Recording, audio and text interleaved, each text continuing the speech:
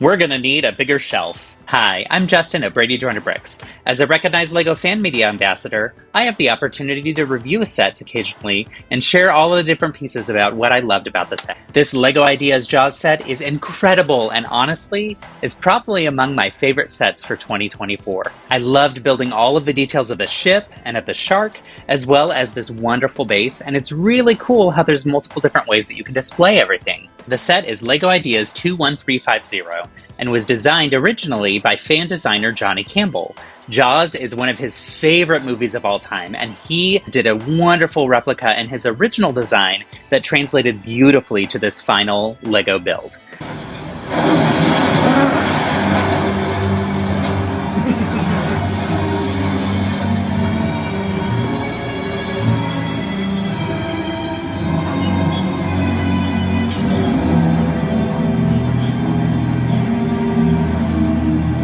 You're gonna need a bigger boat. Philip and I built this set together, and we watched Jaws 1 and Jaws 2 while doing so. It was such a joy to go ahead and see how all of the different elements of the Orca, the iconic ship, really map into the LEGO build itself. And the final result is super nostalgic for anybody that grew up with this movie. If you haven't seen the movie, I will caution you, it's quite spooky. There's lots of death and there's lots of gore. It actually kind of surprises me that this is something that moved past the ideas stage in LEGO Ideas and into a set, but I'm absolutely loving it, and I think it's a huge win for those of us who grew up in the 80s and 90s. The set is composed of 3 different sections. So first off, we have the boat, the Orca. Shut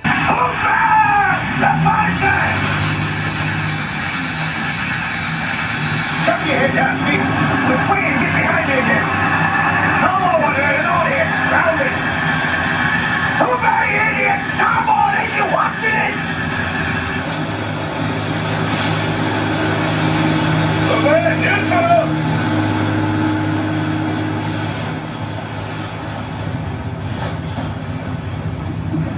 Where do you go now? Which is a beautiful design and has all different types of really cool features. Many iconic elements from the movie that just show up perfectly within here. And then also some clever build techniques, particularly for this front of the ship, making this curve really delicate and interesting and connecting to the original build in a very unique way. There's actually a lot of upside down building that happens, and things connect with clips and with hinges to go ahead and create the curves that go through all the way through. Also, you'll notice there's like curves and angles that are super complicated to get in LEGO that show up in the front of the top of the ship and all throughout kind of the underbelly of it as well. This can rest perfectly on the stand. There's a nice little round 3x3 circle tile that helps kind of hold it in place, and that way you can position it so that our shark, our Jaws, is actually attacking the ship in the way that it's meant to be displayed on your shelf.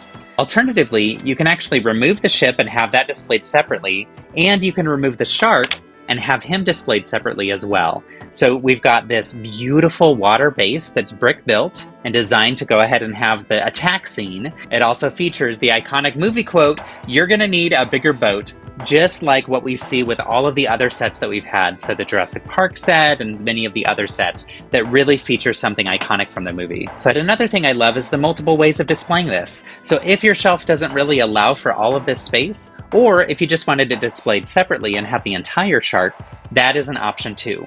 Alternatively, you can use the base that is built while you're building the shark to go ahead and have the shark displayed separately.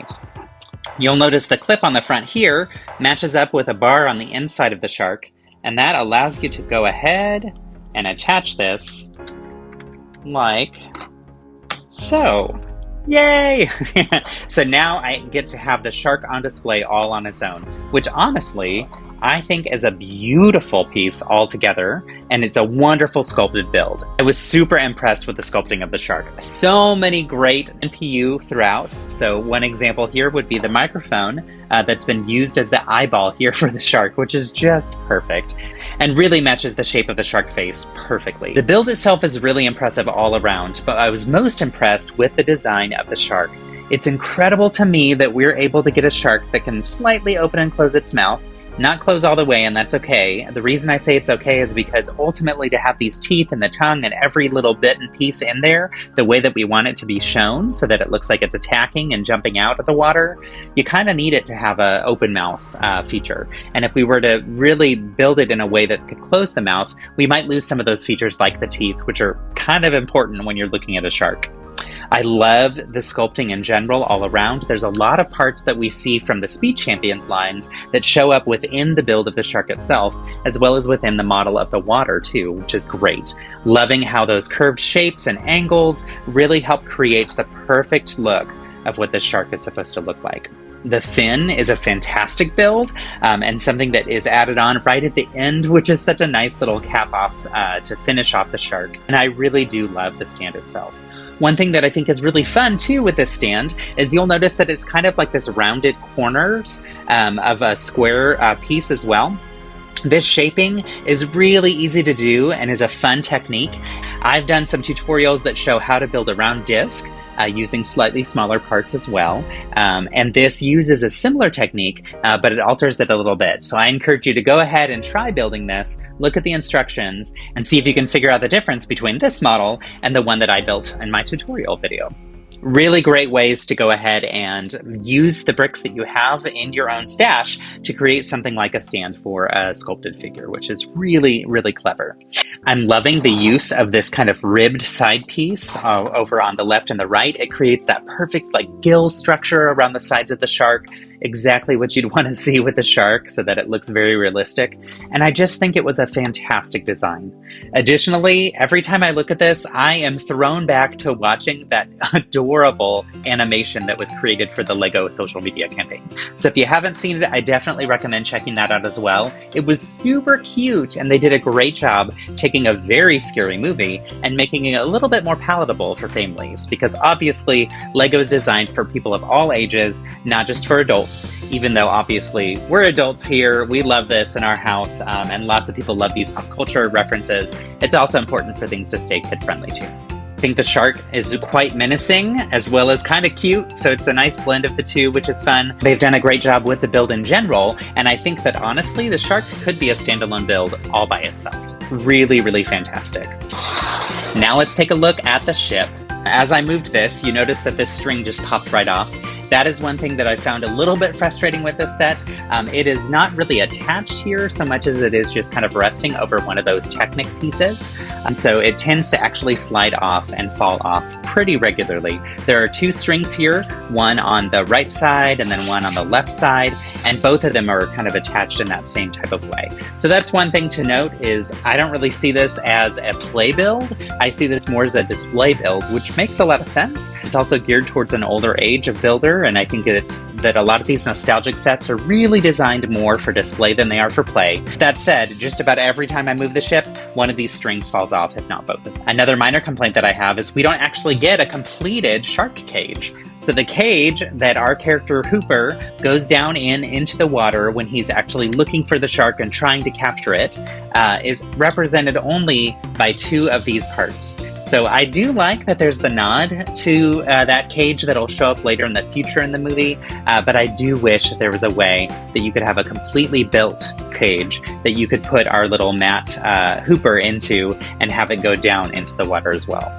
Again, it's not designed for play, it's designed more for display, so I think that this achieves the purpose that we need to have, but I still would have liked to have at least all the parts to go ahead and put this together into a cage that he could go down into the water in. As we look at the ship, there are tons of iconic details that show up. First off, we have the yellow tubs. So those tubs are those floating tubs that they end up kind of shooting at the shark and attaching to the shark, and they find that they don't think that the shark can dive down underwater with those tubs attached. Little do they know, this shark is a lot more monstrous and terrifying than they think. And I also like that they have some on the display base too. Additionally, we've got some different fishing rods and a really beautiful brick-built chair with a fishing rod so that our sailor, Sam Quint, can go ahead and try to capture the shark.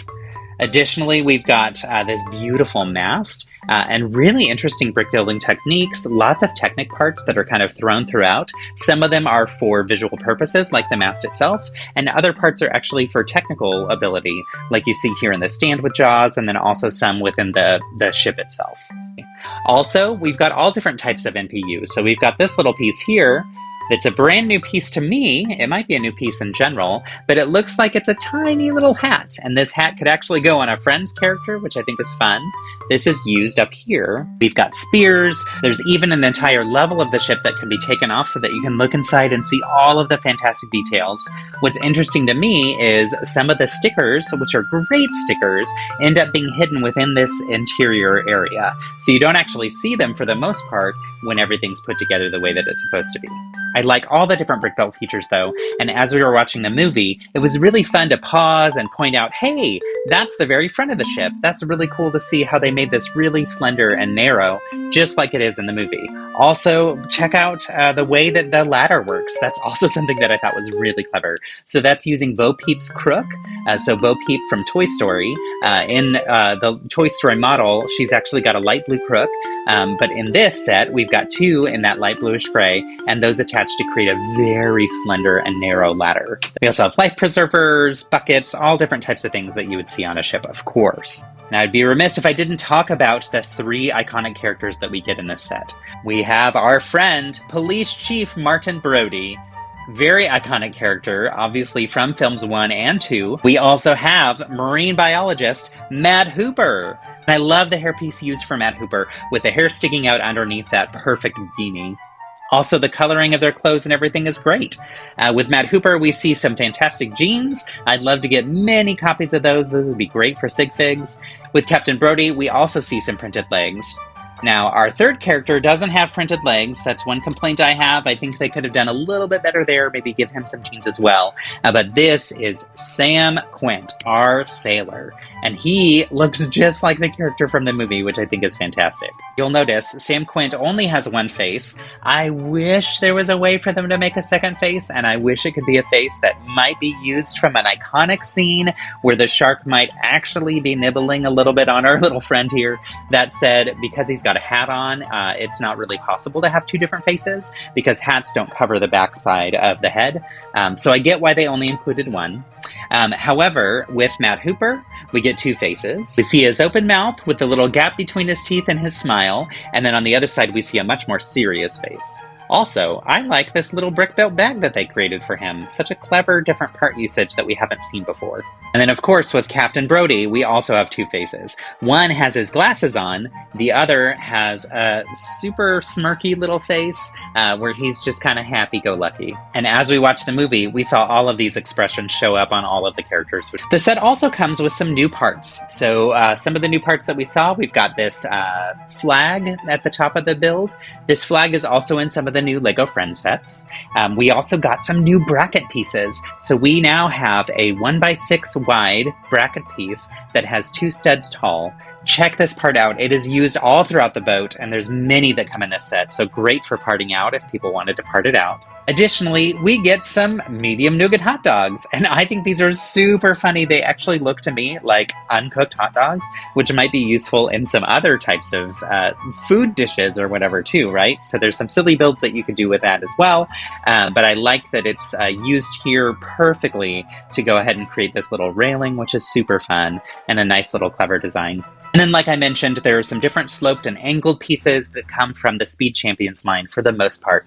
So great little parts that help create the iconic shaping of Jaws and of the ship itself. Lastly, I'm loving the build of the front of the ship in particular. The whole thing was a fantastic build, but this part blew my mind. It was really interesting how we built a lot of it upside down and how it clips in and slides in using some rail parts. Very different technique than I've ever used before. And finally, I want to give you a view of the base itself.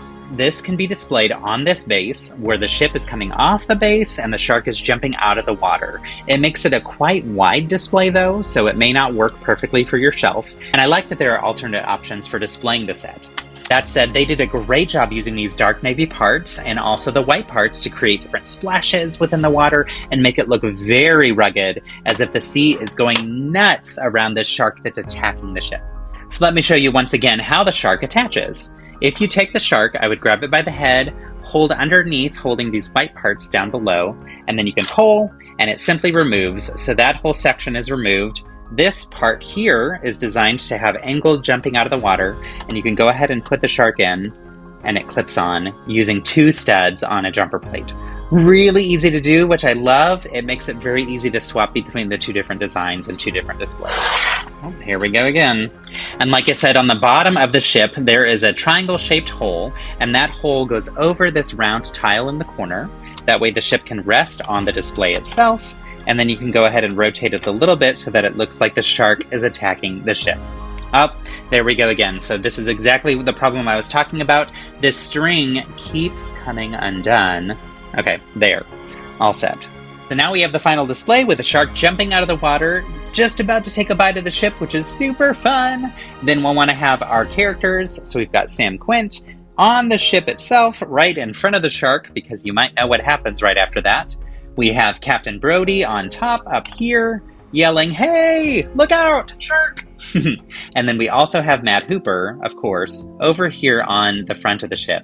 He's just so happy to be here. And there you have it. It's such a beautiful display and such a stunning build. The blockbuster movie from 1975 is perfectly replicated in this set, and I'm super thrilled that we had the opportunity to review it. My only request is, why couldn't we get a Steven Spielberg minifigure? I feel like that was one missed opportunity that would have been perfect to finish out the set.